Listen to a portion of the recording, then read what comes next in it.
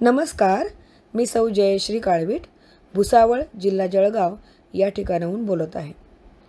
Renuka arts निर्मित स्पर्श दृकश्राव्य दिवाळी अंक 2024 करिता माझे ललित लेखन पाठवत आहे. विषय आहे काळ आला होता पण. सुमारे 32 वर्षांपूर्वीचा हा प्रसंग. माझ्या आईवडिलांची प्राथमिक शिक्षक म्हणून नोकरी खेड्यावर होती. तिथे पुढील शिक्षणाची सोय नसल्याने मी शिक्षणासाठी मामाकडे जिल्ह्याच्या ठिकाणी राहायची. माझे 3 मामा, मामी, आजी आजोबा सर्व एकत्र कुटुंब होते. माझ्या सर्वात लहान मामाचे लग्न नुकतेच जमले होते.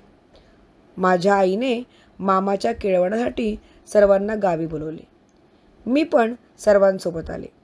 विशेष म्हणजे माझी होणारी नवीन मामी देखील आमच्याबरोबर आली होती. आई स्वयंपाकात व्यस्त होती. खास चिरोट्यांचा बेत होता. मसाले भाताचा घमघमाट सर्वत्र सुटला होता. अजून थोडे पदार्थ करणे सुरू होते. तोच स्वयंपाक तयार होईपर्यंत मंदिरात जाऊ असे ठरले. आमच्या गावात एका अखंड खडकात कोरलेले पुरातन विठ्ठल मंदिर होते. नवीन मामीला ते दाखवण्यासाठी आम्ही सर्व निघालो. आई आणि आजी घरीच थांबल्या. बाबा पण काहीतरी कामात होते. मग रस्ता दाखवण्याची जबाबदारी माझ्यावर आली. मी 11वीत होते. आम्ही सर्व रमत गमत निघालो. माझ्या 2 लहान बहिणी पण निघाल्या. माझ्या पाठची बहीण 7वीत, तर आणखी एक लहान बहीण 5-6 वर्षांची होती. मोठ्या मामांची मुलगा आणि मुलगी देखील होते. सर्वांनी मंदिरात दर्शन घेतले आणि बाजूला असलेला सतीचा घाट पाहण्यास आम्ही निघालो. नोव्हेंबर महिना असल्याने तितकेसे तीव्र ऊन नव्हते. तेथील तलाव पाण्याने तुडुंब भरलेला होता. घाटावरील सर्व मंदिरात दर्शन घेऊन आम्ही निघालो. तोच माझ्या मामाच्या लक्षात आले की माझी धाकटी 7वीत शिकणारी बहीण पोहायला शिकली आहे. मग सर्वांनी तिला आग्रह केला पोहून दाखवायचा. माझ्या बहिणीने परकरचा काचा मारून पाण्यात सूर मारला. अतिशय सफाईदारपणे ती पोहत होती. सर्वजण टाळ्या वाजवून तिचे कौतुक करत होते. तिला चिअरअप करत होते.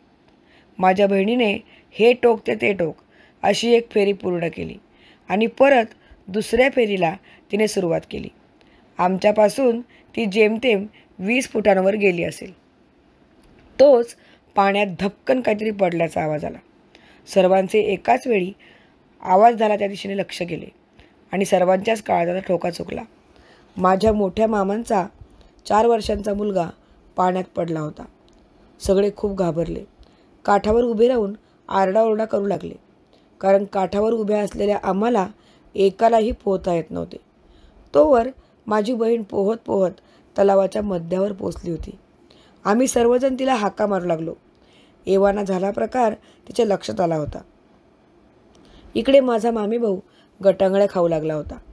माझ्या बहिणीने अर्ध्यातून माघार घेत काही क्षणात सपासप पोहत अंतर कापले आणि ती भावाजवळ आली. तिने त्याला पकडून काठाशी आणले. माझ्या मामाने त्याला वर ओढून पाण्यातून बाहेर काढले. पालथे झोपवून त्याच्या नाकातोंडातले छातीतले पाणी बाहेर काढले. सर्वांचा जीव भांड्यात पडला. माझ्या बहिणीने ओले कपडे बदलले आणि सर्वजण घरी निघालो. चालताना सहज सर्वांनी मामे भावाला विचारले की तू पाण्यात पडलास कसा? ताईकडे पाहताना पडलास का? अतिशय खोडकर आणि उद्योगी असलेल्या माझ्या 4 वर्षांच्या भावाने उत्तर दिले, मी पडलो नाही काही. ताईला पोहताना पाहून मला पण पोहायचे वाटले म्हणून मी उडी मारली पाण्यात. पाण्यात उडी मारण्या अगोदर पोहायला शिकावे लागते हे त्या अजान बालकाला कसे ठाऊक असणार? पण माझ्या बहिणीने जी चपळाई दाखवून त्याला बाहेर काढले. सर्वच जण तिच्या प्रसंगावधानाचे कौतुक करत होते. माझा मामेभाऊ ओले कपडे अंगावर सुकवत रस्त्यातले दगड पायाने उडवत आपल्याच नादात चालला होता. थोड्या वेळापूर्वी आपण बुडणार होतो हे त्याच्या गावीही नव्हते. घरी आल्यावर आईला सर्व हकीकत सांगितली. इतक्या कठीण प्रसंगातून वाचवल्याबद्दल तिने देवाचे आभार मानले. आजी म्हणाली, काळ आला होता पण वेळ आली नव्हती. धन्यवाद.